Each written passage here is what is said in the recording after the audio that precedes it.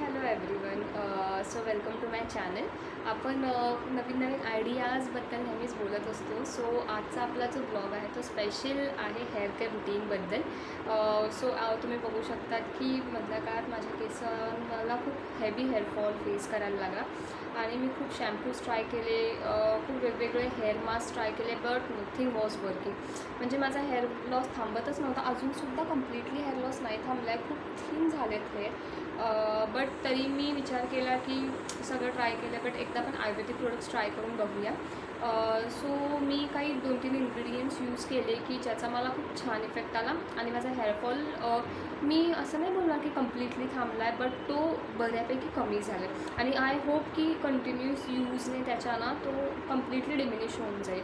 आणि खूप छान प्रोडक्ट्स आहेत, म्हणजे हे डेली अवेलेबल प्रोडक्ट्स आहेत की जे खूप चीपर रेट्सला अवेलेबल होतात. कसं आहे ना, आपण बऱ्याचदा खूप एक्सपेन्सिव्ह ब्रँड्स यूज करतो, खूप वेगवेगळे हेअर मास्क यूज करतो आणि मी सुद्धा ते केलं. जेव्हा माझा हेअरफॉल स्टार्ट झाला तेव्हा मी विचार केला की आपण काही चांगले एक्सपेन्सिव्ह ब्रँड्स ट्राय करून बघूया, काही शॅम्पूज ट्राय करून बघूया. बट नाही, त्याच्याने अजून सिच्युएशन खूप वर्स होते. हे मी स्वतः एक्सपिरियन्स केलं आहे. बिकॉज हेवी केमिकल सगळ्यांना सहन होतात असं नाही, आणि स्पेसिफिकली मला सगळ्याच गोष्टी नाही सूट होईल. सो मग मी विचार केला की let's switch to Ayurveda. So talking about that hero ingredient, जो हिरो इन्ग्रेडियंट्स माझ्यासाठी खूप स्पेशल ठरला, जो एक माइलस्टोन ठरला की मी सगळे प्रोडक्ट्स कम्प्लिटली स्टॉप केले यूज करणं आणि मी बस तेच फोकस करून तेवढंच यूज केलं. सो बेसिकली मी फक्त 2 इन्ग्रेडियंट्स यूज केले, ते म्हणजे शिकेकाई आणि रिठा. आता तुम्ही बोलाल की हे खूप ट्रेडिशनल आहे. येस, हे खूप ट्रेडिशनल आहे, आपल्याला सगळ्यांना माहिती आहे, आपल्या सगळ्यांच्या घरात हे पूर्वी यूज होत होतं. बट आता ॲडव्हर्टाइजमेंट, सोशल मीडिया, इन्फ्लुएन्सर्स ह्यांच्यामुळे आपण ह्या सगळ्या गोष्टी विसरलो आणि आपण नवीन नवीन ब्रँड्स यूज करत गेलो, खूप केमिकल्स आपण यूज करत गेलो आणि केसांची पूर्ण वाट लागली. सो हे जे 2 इन्ग्रेडियंट्स आहेत हे खूप बेस्ट वर्क करतात. ह्यांनी माझ्या हेअरसाठी खूप बेस्ट वर्क केलं. सो आता बऱ्याच जणांना प्रश्न पडला असेल की हां, हे इन्ग्रेडियंट्स आम्हाला माहिती आहेत, बट हे कसे यूज करायचे, किंवा जर मला 2-3 डेज अल्टरनेटली जर मला यूज करायचे तर मी प्रत्येक वेळेस तर एवढी मोठी जी प्रोसिजर आहे ती नाही करू शकत. सो वेट, त्यासाठी आपल्याकडे सोल्युशन आहे. सो आपल्याला काय करायचं आहे, रिठे आणि शिकेकाई हे 2 इन्ग्रेडियंट्स घ्यायचे आहे. एक तर तुम्ही त्यांना पाण्यामध्ये फॉर अ ब्रीफ टाईम, एक 6 to 7 आवर्स तुम्ही त्यांना सोक करू शकतात. त्याच्यानंतर बॉईल करून तुम्ही डायरेक्टली रिन्स करू शकता, मीन्स डायरेक्टली हेअर वॉश करू शकतात तुम्ही. किंवा जर तुमच्याकडे तेवढा टाईम नाही आहे तर तुम्ही त्याला बॉईल करू शकता 15-20 minutes, shikakai and reetha both.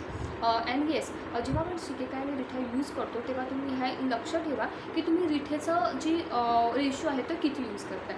Because जर कधी रिठे तुम्ही जास्त यूज केला, it is a foaming agent. जर आपल्याला फोम पाहिजे असेल, आणि yes it is important, because without foam जे आहे, जे ग्रीसीनेस, ऑइलीनेस आहे केसांचा, तो नाही निघणार आहे. सो आपल्याला रिठे यूज करायचं आहे, बट आपल्याला जास्त प्रपोर्शनमध्ये यूज नाही करायचं आहे. बिकॉज ॲट सर्टन लेवल जर आपण जास्त जाऊन रिठे यूज केलं तर त्याने काय होणार आहे, स्केअर खूप ड्राय होणार आहे आणि ते ब्रेक होऊ शकतात जर आपण लाँग टाईमसाठी हे असं यूज केलं तर. सो आपल्याला काय करायचं आहे, रिठे आणि शिकेकाई हे एक नॉर्मल इक्वल रेशोमध्ये घेऊ शकता तुम्ही. बिकॉज मी घेते, because I just love foam. Because जोपर्यंत फोम नाही येत, माझ्या केसांना खूप ऑइल असतात. तर आतासुद्धा तुम्ही बघू शकता माझे केस खूप ऑइली आहे, because I completely apply oil every day. मी ऑइल अप्लाय करते. So to remove that oil whenever I wash hair, मला रिठे ॲड करायला लागतात सेम प्रपोर्शनमध्ये. बट तुमचे जर कधी हेअर ड्राय असेल तर तुम्ही रिठ्यांचा जो रेशो आहे ते कमी करू शकता. दिस इज द फर्स्ट थिंग. त्याच्यानंतर आहे की आपण जेव्हा बॉईल करून घेणार त्याच्यानंतर तुम्ही डायरेक्टली तुमचे हेअर त्याच्याने वॉश करू शकता, either by rinsing time with the water जे तुम्ही सोक केलेलं आहे, किंवा जर तुमच्याकडे तेवढा टाईम नाही आहे, जर तुम्हाला ते स्टोअर करायचं आहे की मी वर्किंग वुमन आहे किंवा माझ्याकडे तेवढा टाईम नाही आहे की मी प्रत्येक वेळेस बॉईल करेल किंवा मी सोक करेल आणि मग हेअर वॉश करेल. बिकॉज जेव्हा आपल्याला इन्स्टंटली यूज करायचं असतं तेव्हा आपल्याकडे टाईम नसतो आणि मग आपण शॅम्पू यूज करतो.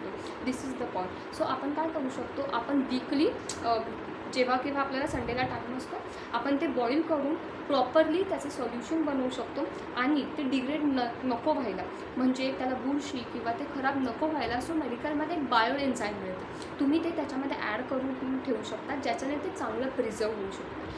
एक बॉटल जरी आपण स्टोअर करून ठेवलं तरीसुद्धा 1 वीक तुम्ही यूज करू शकता. जर तुम्ही जास्त डेजसाठी जे प्रपोर्शन करणार आहात तर डिपेंडिंग ऑन द वॉटर तुम्ही किती यूज करताय. बट फक्त हे 2 इन्ग्रेडियंट्स यूज करून सुद्धा हेअरफॉल जो आहे तो कम्प्लिटली तुमचा स्टॉप होऊ शकतो. बिकॉज मी स्वतः एक्सपिरियन्स केलेला आहे आणि येस, हे वर्क करतं. सो तुम्ही हे एकतर बनवून स्टोअर करा, किंवा तुम्हाला जर कधी टाईम असेल तर तुम्ही ते इन्स्टंटली पण बनवू शकता जसं मी सांगितले. बट मी रिकमेंड करेल की आपण एवढे केमिकल्स आणि सगळं यूज करतो, तर त्याच्यापेक्षा जर तुम्ही एकदा हे ट्राय केलं combination, so it will work best. आणि शेवटचा प्रश्न तो म्हणजे की ते कुठे मिळेल. सो हे तुम्हाला कोणत्याही आयुर्वेदिक शॉपमध्ये मिळू शकतं किंवा तुम्ही ते ऑनलाईन पण ऑर्डर करू शकता. सो मी परत एकदा इन्ग्रेडियंट्स रिपीट करता येईल, ते म्हणजे शिकेकाई आणि जिथे. ओके, सो हे होतं माझं हेअरफॉल सॉल्युशन जे माझ्या हेअरसाठी वर्क केलेलं आहे.